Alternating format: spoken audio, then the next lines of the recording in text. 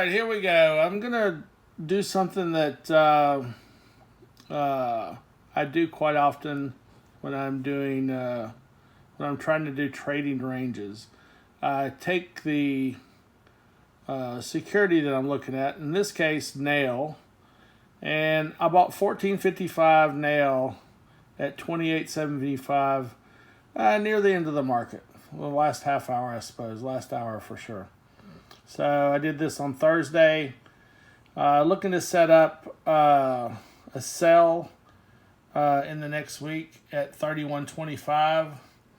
And how I came up with this was I day traded it today, which I don't do a lot of, but day traded it today and I made 71 cents. And then by the close, it was going down.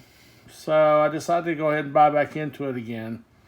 And after the market was closed, I took a look at it and I said, well, what are the ranges? What is a reasonable amount for me to make? And it looks like of the last 7 days, it's went over 31.25 4 of those days, including today.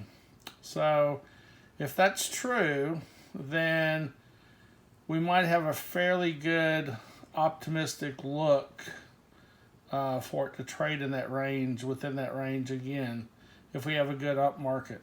Of course, tomorrow is Friday. Tomorrow could sell off. If the market sells off 500 points, we could already be down in this. And in that case, you want to look and see, okay, what's it done in the last month? So in the last month, it looks like it's risen fairly good. So we're kind of on an uptrend. That might save you. It might not. I did notice the security when it was down around under 7. It was really sold off terribly. You could have got a 4X at that point. But I think there is still something to be made here. 52-week range is 98.55.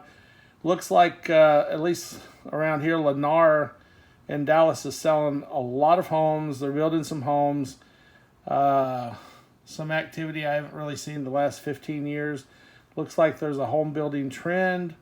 Looks like home builders are doing good. They certainly were doing good before all this virus stuff happened. Looks like some of the figures that have come out support that. So I think this guy's going higher. Will they go up to 98? Who knows? Maybe it goes to all-time highs. Maybe not. But could we see 50 from here? 28 to 50? I think we could, for sure. So this is my idea. I like to do that analysis because let's say it's down $4. It goes down to 24. You want to be able to hold this guy if you get stuck in it.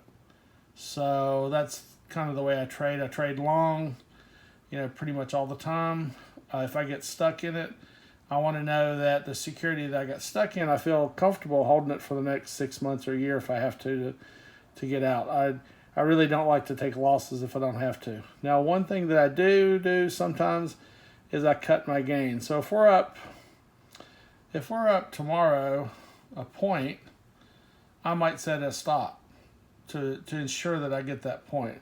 And it might dip down and it might execute, and then it goes up to 31.25 instead of getting 2.5.